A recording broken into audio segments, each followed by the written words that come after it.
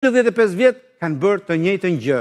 Dhe njerëzit janë të lodhur, ish një palë e vër një palë dhe bëj të njëjtën gjë. Atëherë, këtu bim kundërshtim. Pra çështja e identifikimit votuesit nuk është një gjë e bën gjitha partitë në gjithë botën. Pra, problemi fillon tek momenti që përdor dhënat e shtetit për me ditë problemet që ka me shtetin, që shteti duhet me ia zgjill pa pas nevojë për këto ndërhyjmjet. Dhe e dyta që përdor presionin e administratës shtetit, jo vetëm për këto që ka mbyll në kafaz këtu, por edhe për familjarët, fisin që jeton në diasporë. Pra detyron atë personin që merr atë 500.000 lekëshin, që besoj se e kanë jetën e varur nga ai 500.000 lekësh, megjithatë zgjell mund në nështru, dhe me në nështru mundësisht edhe njerëz nga diaspora për mi dhanë voten këtyne në nështrusave, dhe këtu nuk është çështje, zoti Berisha dakord nuk frymëzoka me tregu forcë, por nuk i detyron mund në nështru në atë pikë. Pra këtu kena një bashkëveprim të një vullnetit për me në nështru shqiptarët dhe me nënshtrimin. Pra këto patronazhistat, po as e dyta nuk ndryshon dot as nga zoti Berisha, as nga zoti Lapa, as nga zoti Sher, as nga ndonjë profet që presim ne me zbritën në tokë. Çështja është që ne duhet me ngri gjithë zonin për mos përdorimin e shtetit në zgjedhje, mos përdorimin e bandave në zgjedhje. Që shkruhet në raport. Dhe Partia Demokratike, ndryshe nga Partia Socialiste, pra që nuk kanë si mekanizëm njësoj, e para i fut në burg, e dyta i fut në parlament. Dhe gjitha tjera, derivatet e kësaj që themune, shfaqen në tana nivelet e administrimit të shtetit. Nuk kena dy parti që kanë funksionu njësoj. Partia Demokratike deri në fund pushtetit saj kishte përballë mediat më të mëdha ishin opozitare. Sot ti ke të mbyllur atë në zonat të kundërshtar të qeverisë. Por nuk kena një sjellje të ngjashme mes Partisë Demokratike dhe Partisë Socialiste, dhe kthehen edhe tek ajo pika që thash në fillim, nuk ka një arritje të Partisë Socialiste. Partia Demokratike ka sigurisht që nuk ka qenë perfekte, por ka arrit shumë gjëra në ato pak vite që ka drejtuar Shqipërinë. Okej, ka një ndërhyrje. Jo, edhe dy gjëra, edhe me sa ndoqja ato raportimet, shumica kryesisë ka qenë kundër primareve dhe me drejtë, dhe logjikoj që por veto e Berishës që tregon që kur vë veton ai, domethënë dhe kryesia pastaj të rigjet, e la primare, dhe unë e kuptoj pse zoti Berisha ka lënë dy nene që, domethënë për primare dhe për çështjen e Basha, sepse Meni Basha, sepse mendoj që po të binte këtë rrezonte tërësisht Sali Berishën e stadiumit.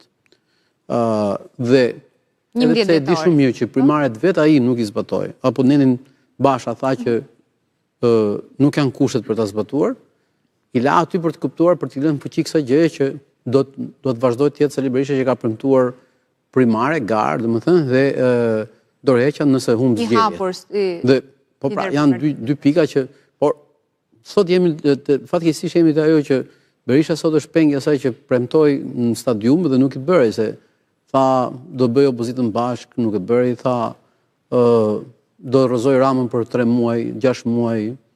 Bashka nuk haj pak debat, se ata që ishin kundër fillim shkuan prapë tek rithemelimi, kështu që një farë mënyre e bashkoi, pavarësisht fraksionet e partive të tjera. Vetëm për Partinë Demokratike, do bëj opozitën bashkë, do bëj gjithë opozitën bashkë. Pra me mua bëhet gjithë opozita bashkë, unë rrëzoj Ramën, unë, domethënë, do fitoj zgjedhjet dhe nuk lejoj që Ramën të mbjellë votat, do respektoj nenin Basha, pra shumë largohet, dhe primaret.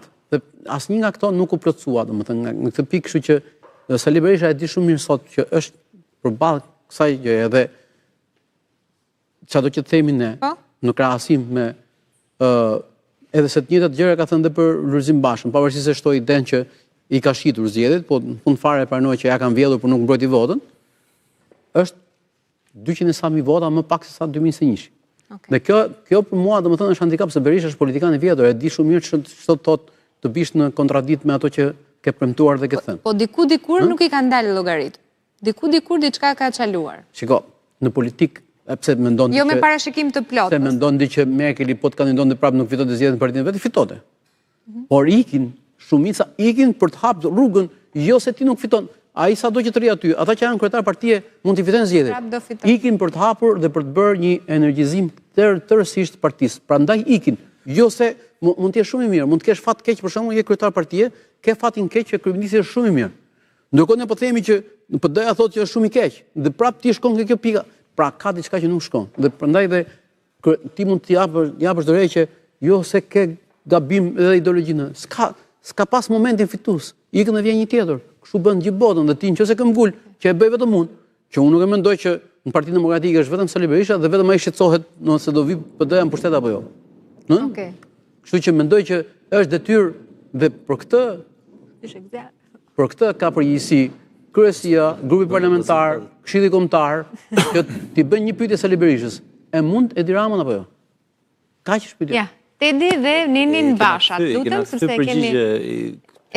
A mundim apo jo? E kemi shumë të rëndësishme pjesën e Nenit Basha, zoti Berisha tha që nuk do ta prekin këtë nen. Por pyetja ime është, nëse nuk ndryshon në statut Neni Basha, atëherë pse e përdori Nenin Basha, zoti Berisha vetëm për kundërshtarët e tij në garë? Po ja, pra, Këshilli Kombëtar ka me votu edhe atë pikën që nuk ishin zgjedhje, pra do të votohet në Këshillin Kombëtar me sa pava, edhe fakti që nuk kishte zgjedhje. Ajo është një narrativ e Partisë Demokratike, pra që nga përfundimi i zgjedhjeve që këtu nuk kishte zgjedhje